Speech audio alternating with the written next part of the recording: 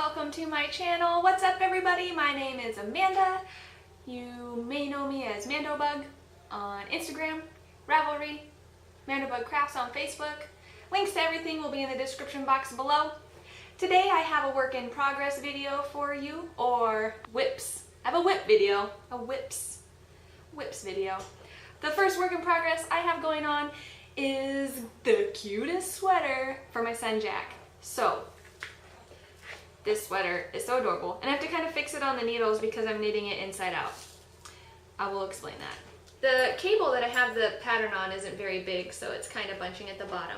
But this is Anders, or Anders. I'm gonna go ahead with Anders because I like to watch Workaholics, and that's how Anders pronounces his name in the show. I laugh to myself because they make a joke about that, but it's inappropriate, so I'm not going to repeat it in this video. But if you watch the show, you know what I'm talking about.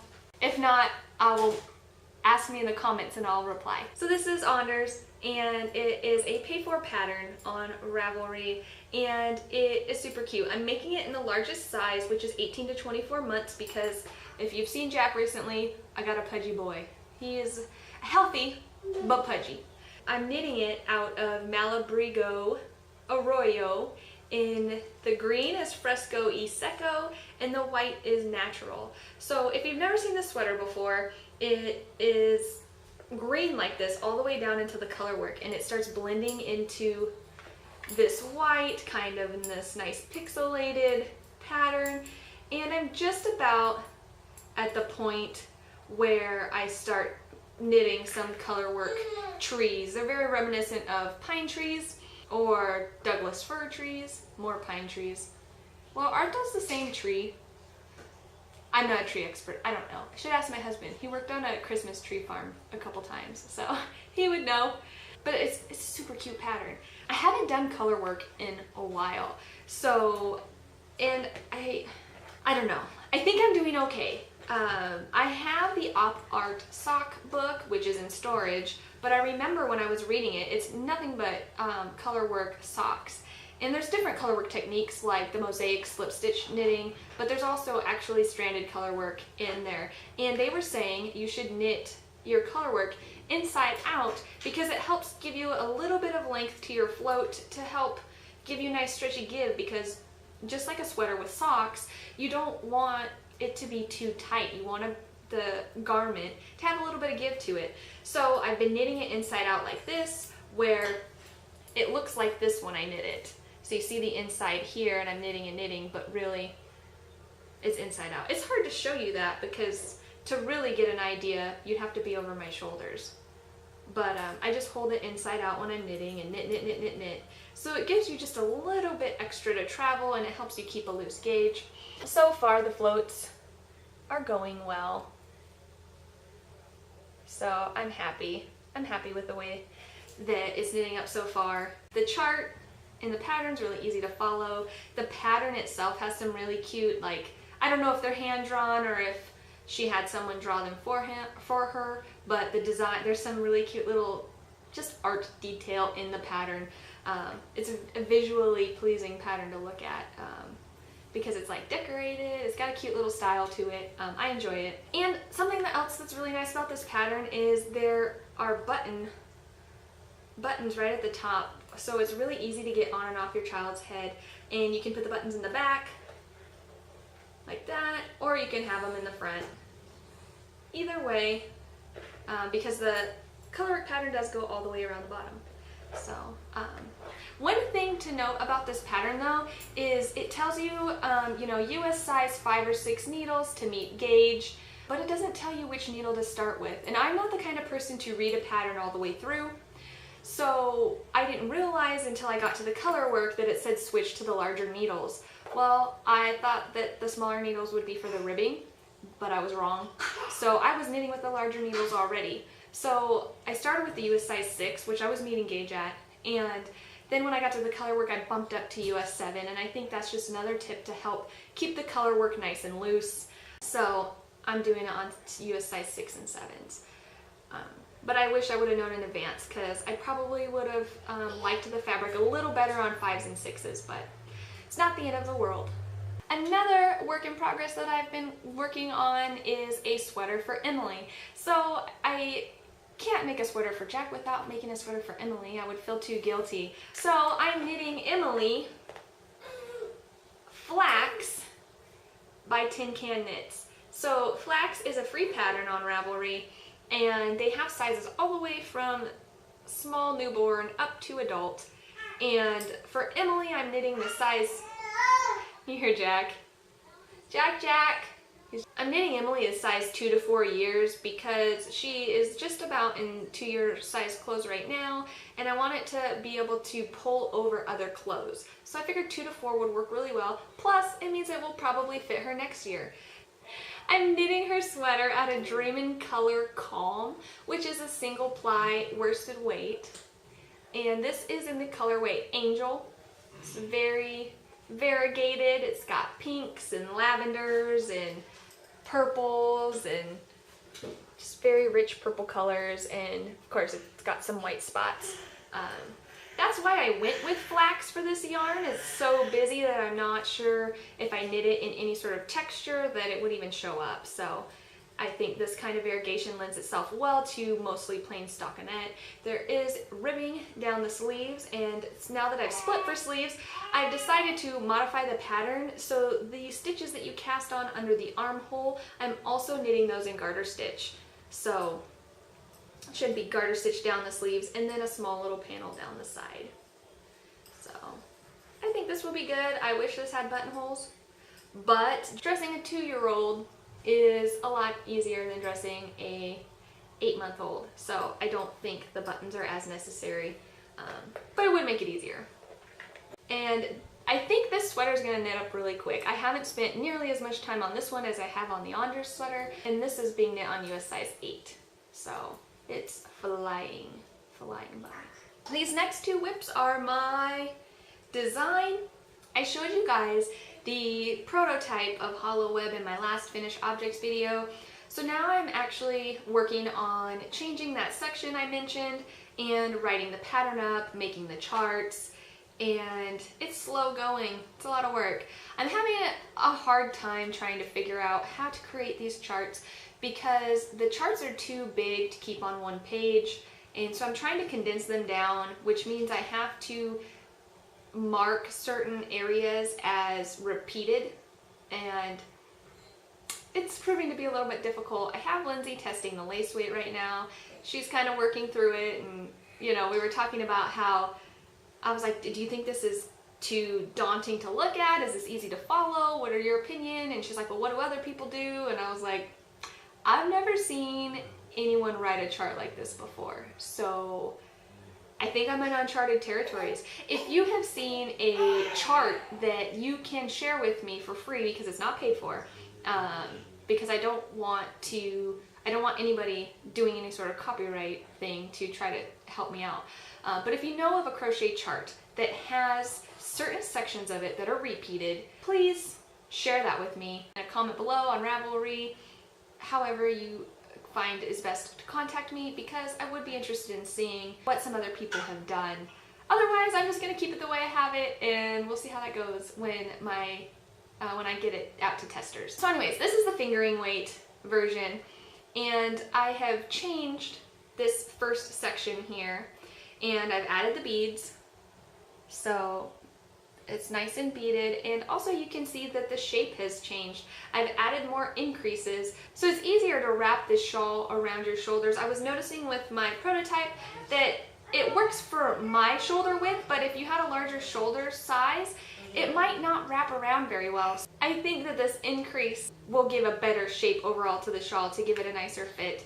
So I haven't made it very far on my fingering weight prototype, but like I said, that's because I'm writing it up as I go this time. Well, I'm writing it up and following it as I go. And this new section right here was not easy to get the math right, and because I kept making mistakes, so I had to rip it out and redo it like 3 times. And then it was not easy to chart either. So, and when I sent the charts for this section to Lindsay, she found plenty of mistakes. She was like, this isn't working, I don't understand. Well, I had put slipped stitches on the wrong side of the chart, and yeah. This is why patterns get tested. I'm crocheting this with the G hook, and the golden orange color is Dream and Color Smushy and Gold Experience. This creamy color is Dream and Color Smushy and Tokyo Cream. And I just have some bronze colored beads slipped onto these stitches. So that's the fingering weight version of Halloweb.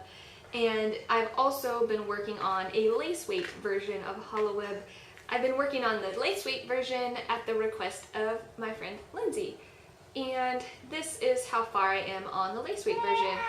So with gauge and everything, this lace weight version is ending up about double everything of the fingering weight version. So it's just a little, double is just a little bigger.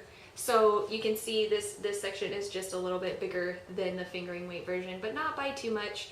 But I don't know. I think it's working up really well.